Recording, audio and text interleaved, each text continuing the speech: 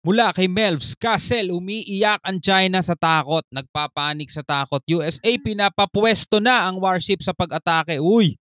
Yan binasa ko lang mga kapatid yung title. Yan, huwag kayo masyadong exaggerated, no?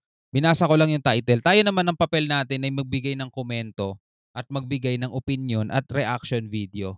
Pero bago yan, syempre, huwag mo kalimutan mag-subscribe, no? Kung trip mo yung mga ganitong klaseng commentary, reaction video, at syempre kay Melvs Castle na rin mga kapatid. Huwag mo kakalimutan mag-subscribe sa kanyang YouTube channel. Nakalagay po ang link sa ibaba. So wag na natin patagalin pa. Panoorin na natin to mga tol. Kahapon naduduwag na ang Chinese Foreign Ministry. Nakikiusap na itigil na ng Pilipinas at US ang tila paghahamon ng gulo. Pero hindi pa nga dyan natatapos ang paghahanda ng US sa posibilidad ng digmaan. Kasunod kasi ng live fire exercises at massive airstrike exercises ng F-22 Raptor, nagulat ang lahat nang may biglang sumulpot na dambuhalang attack submarine sa Philippine Rise. Yes, hindi lang dapat sa West Philippines tayo naka-alerto, dapat sa Philippine Rise din. Nagmula nga sa Guam ang fast attack submarine na USS Asheville at magsasagawa raw ang taksab ng familiarization sa Philippine Sea. Alam nyo na, just in case na magkagera nga, alam kung saan to ipapwesto sa digmaan at kung saan to po pwedeng umatake laban sa kalaban. Yung ibang mga pro-China na nasa politics, mga kapatid, magre-react yan. Oh, ba't ang dami ng US dito? Ang dami ng rira dito. Di ba pag ang Amerika pumapasok, naririnig nyo mga pro-China, di ba? Nagre-react sila. Iba, nasa Senado.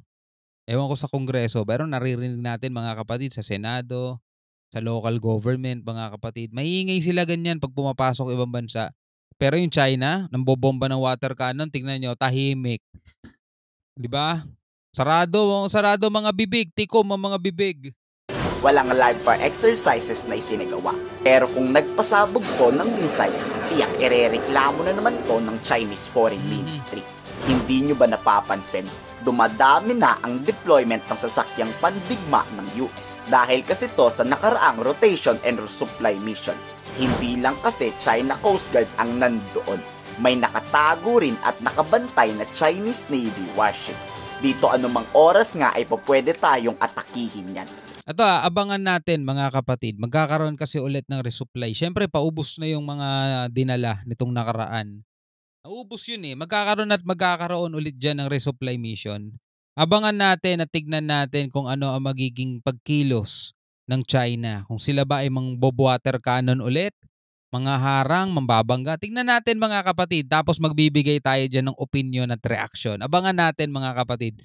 Kaliwat kanang pagbabanta na na-receive nila. Ano ang gagawin ng Pilipinas? Tutunganga na lang ba? Syempre hindi. Kung naka-alerto raw ang China sa giyera, pues dapat mas handa tayo sa kanila. Well, I think the Chinese Navy has always been present. It's just that they stand in the background. I think even in the last incident, they were really also at the background.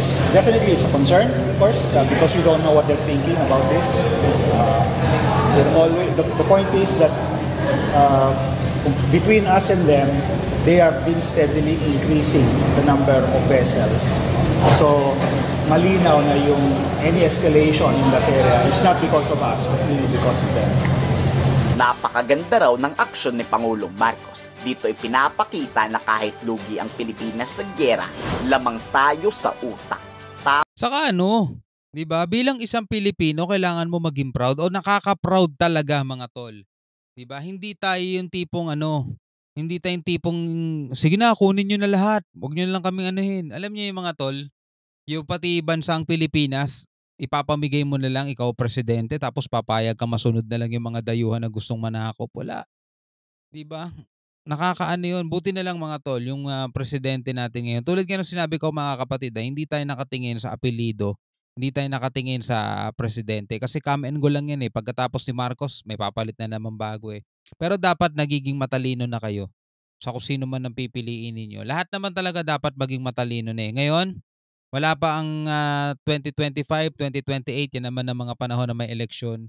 Ngayon, ang minamind conditioning na nila ang mamamayang Pilipino. Mataas daw ang mataas daw si Sara. 2028 mga tol. Tignan nyo na lang, hintayin na lang natin, 2028. Sa tingin ninyo mga tol, pag tumakbo siyang presidente, ano sa tingin ninyo? Ako ayoko kasi magsalita tungkol sa mga ganyan kasi hindi ako diyan sa mga bagay-bagay na ganyan. Hindi ako gagawa ng personal choice ko. Alright? Tama lang ang paghahanap ng tropa ni Pangulong Marcos dahil pag hindi ito ginawa ng Pilipinas, hindi lang West Philippine Sea ang bye-bye na, kundi probinsya na tayo ng China. Di ba? Gusto ni Duterte yun? Maging probinsya tayo ng China. Declaring that the Philippines will not just take this sitting down. We will try to respond to this situation at sea, what's going on in Ayumi. Doesn't necessarily mean that we're going to be entering into a fight. No? Countermeasures includes all possible diplomatic responses to any wrongful activity. So it can include everything from talking with your friends and allies to impose joint actions short of armed conflict actually. So it's not a signal that we will be heading into a fight. It's just a signal that we're not taking this sitting down. Sawa na nga ang Pilipinas sa puro protesta lang. Buti na lang talaga no, meron na tayo mga media at social media mga tol.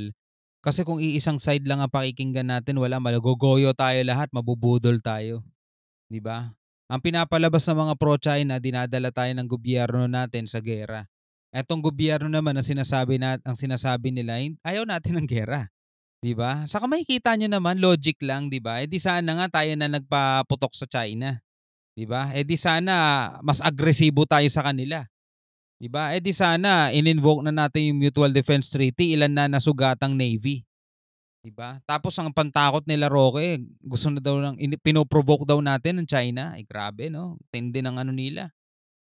Kung hindi madaan sa maayos na usapan noon, ngayon subukan natin sa persahan. Yan ang gusto ng China, di ba? Ang magkagulo. Yan ang ibibigay ngayon ni PBBM. Kunyari lang yun. Kunyari lang yun. Ayaw din nila yan mga tol. Kaso napapasubo sila kaya kailangan nila magtapang-tapangan eh.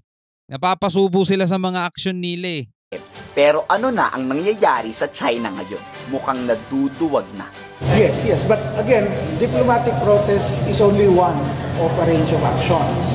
It also happens to be extremely necessary in this case because there has to be a record of what happened from our perspective as well as the legal position that we hold to as that arises.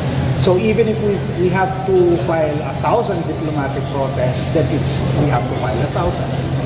It's simply part of it's part of the course.